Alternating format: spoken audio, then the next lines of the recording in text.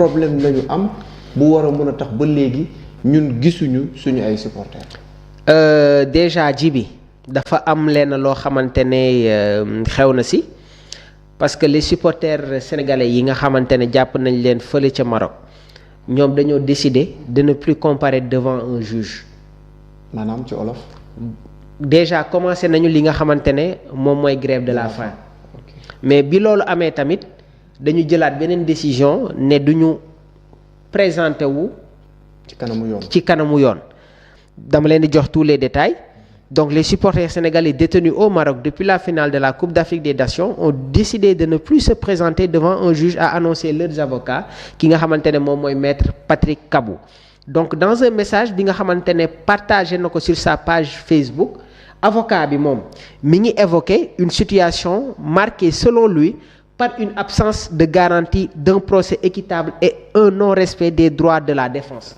Parce que dafa am ay supporters sénégalais yi nga xamante ne mënuñu exprimer wu en français mënuñu exprimer wu en anglais mënuñu exprimer wu en marocain léegi nag ñoom xamuñu exactement lan moo nekk ci seeni dossier donc risque la tey jii nii nga dem présenter wu devant un juge te xamoo les éléments factuels yi nga xamante ne moom moo lay permettre encore une fois d'évoquer des éléments à décharge.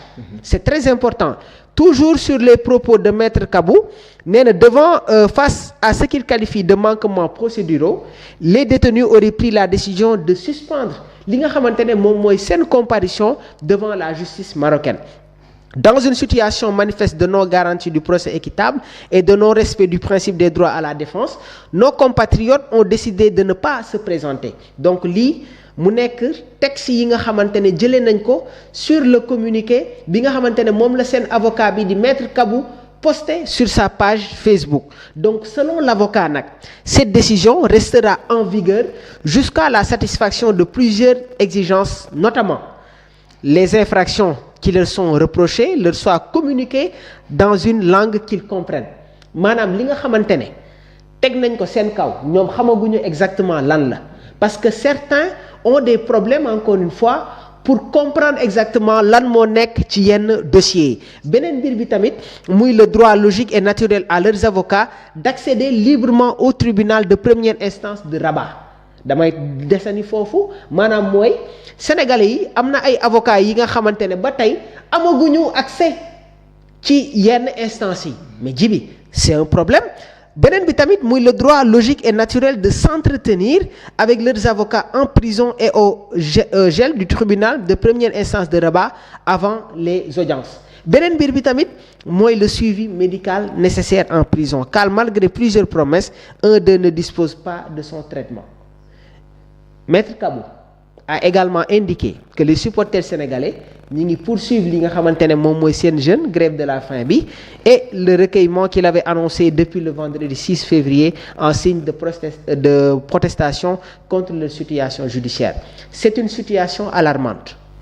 Mais moi la question que je me pose dañoo jàpp ay supporters algériens parce que dañ leen accuser que ne ci membre de délégation dañ leen accuser que ne dañoo sàcc tàndarma ci réew moomu mais ku ñu mun a accuser da nga sàcc tàndarma ñu jàpp la tëj la Masama ki ñu jàpp te nee nañ yow da nga doon def loo xamante ne jaarul yoon ci final en sachant que ne gis nañu ay images comme ni nga ko waxee la fois passée yoo xam ne télé wane wu ko mais ci internet bi après lañ ko gisee mais man li ma comprendre lu dëgg-dëgg ci li nga lire léegi c'est écrit en arabe. N'est-ce pas? Oui. Donc du moment où nit ki mënuñu la jox traduction yow li ñu lay toppee. C'est quasi impossible que yow doo mën a comprendre. C'est-à-dire en premier lieu le problème qui se pose muy lors des enquêtes lors des auditions. Certains supporters sénégalais avaient des problèmes pour comprendre. Pour répondre aux questions yi nga xamante ne ñi ngi leen ko doon poser parce que certains ne comprennent pas la langue molière. Am na si ñeneen ñoo xamante ne tamit ils se sont retrouvés dans cette même situation là.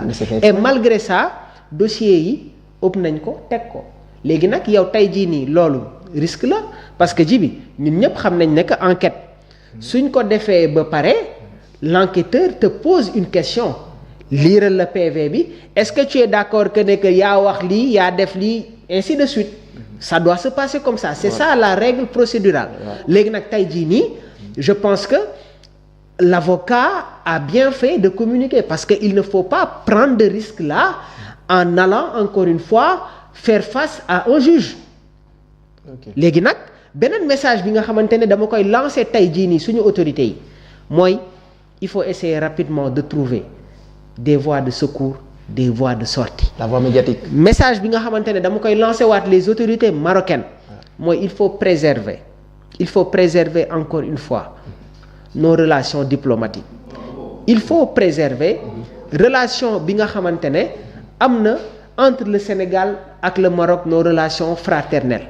Mais aujourd'hui c'est une situation désagréable nekk na situation bi nga xamante ne mi ngi woy boobu ba tey ñun nag ñu ngi siy indi boobu ba tey ay réaction waaye nag am na fu mbir bi di toll qu'on le veuille ou non il y aura des conséquences, il y aura des dégâts. C'est ça la réalité. L'actuel premier ministre Ousmane Sonko bërki démb def na le déplacement rencontrer les autorités marocaines.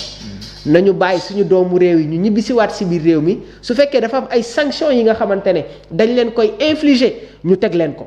Maître Kabou avait évoqué la demande de liberté provisoire xamaguñu exactement nag fan la mbir bi toll léegi ce qu'il faut savoir mooy audience bi nga xamante ne reporté woon nañ ko dinañ ko programmer waat le 12 février incha allah et j'espère que encore une fois cette situation ne va pas être dans la continuité.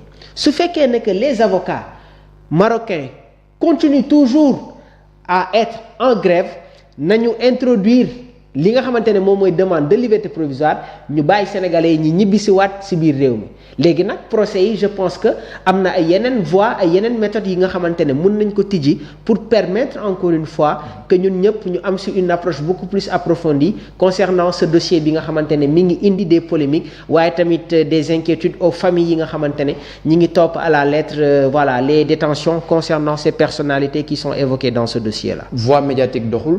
Voie diplomatique doxul est-ce que c'est pas les Maroc est-ce que le problème nekkul ne Maroc ba léegi digéré wul 50 ans d'attente puis une déception. Voie médiatique dox na voie diplomatique dox na. Expliquez-moi. Voie médiatique yi mooy bi situation bi amee yaa ngi ciy wax maa ngi ciy wax bërki démb le président de la fédération sénégalaise de football wax na si bërki démb moo Ndiaye la ministre des sports Khady Diène Gaye wax na si di apaiser. Concernant les voies diplomatiques, je pense qu'aujourd'hui, ces personnalités qui sont au niveau du ministère des Affaires étrangères, ñi ngi ci def liggéey bu am solo trop. Toujours concernant ce voie diplomatique-là, suñu premier ministre su jógee fii bàyyi ay activités dem ba foofu pour rencontrer les autorités marocaines, je pense qu'aujourd'hui, le Sénégal def nañu lépp li nga xamante ne waroon nañu permettre encore une fois ñu dégeler tempérer et essayer de passer à autre chose. Mais question bi nga xamante ne posé waat nga ma ko mooy aujourd'hui le Maroc n'a toujours pas digéré la défaite bi nga mais loolu moom mooy problème bi jibi lu ne fànk kenn du ko jeex aujourd'hui la réalité elle est là. Cette coupe d'Afrique ñoom jàppoon nañ ne que c'était acquis ñoom ñoo ko moomoon mais le football dafa am une réalité et il faut respecter li nga xamante ne moom mooy règle fair play bi si wàll boobu tamit dañuy lancer waat un message au niveau de la FIFA parce que xam nga FIFA moom moo njëkk a poser un acte très fort en demandant qu'on sanctionne le Sénégal. déedéet ñi ngi doon évoquer que Infantino dina am ay sanctions ainsi de suite avant la Confédération africaine de football di génne li nga xamante ne moom mooy seen communiqué seen sanction la FIFA dañu désengagé wu. démarqué wu ne ñun suñu yoon nekku si. comme que CAF la ñoom nañu jël seen ay responsabilités xool yan daan moom la ñuy teg si les deux pays. ki nga xamante ne nag moom mooy Infantino ñun ñëpp salué wuñu on n'était pas d'accord sur son positionnement maanaam ni nga xamante ne moom la taxawee ci boobu li final parce que équilibré wul et une personnalité comme Infantino nekk encore une fois président de la FIFA il faut prendre en considération toujours le respect du fair play waaye tamit li nga xamante ne moom mooy équilibre bi et qu'on le veuille ou non au sortir de cette finale là il y a eu énormément de la frustration mais loolu sax jàll nañ si ce qui est plus important mooy aujourd'hui je pense que cette finale a été organisée par le Maroc ñu footballé ko fële nga xamante ne moom mooy ca Maroc indi 11 joueurs am Sénégal indi 11 joueurs am et je pense que l'équipe la plus méritante équipe bi nga xamante ne moom moo gën a produire lu am solo trop équipe boobu noonu moom moo remporté la Coupe d'Afrique des Nations et il s'agit effectivement de l'équipe nationale du Sénégal qui a eu à faire un exploit historique en allant décrocher son deuxième titre continental et aujourd'hui je pense que c'est ce qui fait la beauté et le développement du football sénégalais ji bi. Alors j'ai compris mais ñu ngi ñaan rek ñi nga xamante ne ñu ngi foofu yàlla may leen nit leen ba ñu génn ci jàmm ak salaam. Exactement parce que vraiment. soxla nañ ko parce que ay supporters la ñu gars yi doon xare am na benn waaye mu ci doon waxtaanal mu ne l'erreur mooy que joueurs yi waruñu woon ñibbi ci bàyyi fi gars yi il fallait rester campé s'il le faut. donc bon c'est une idée mais bon xam nga joueurs yi tamit dañu am ay engagement ak seen. mais parce que xam nga gars yi jàppoon nañ ne que sax après. dañ leen di bàyyi comme fii nu mu tàmm dañ leen di bàyyi ñu dem jibi gars yi dem ñibbi. waaw vraiment.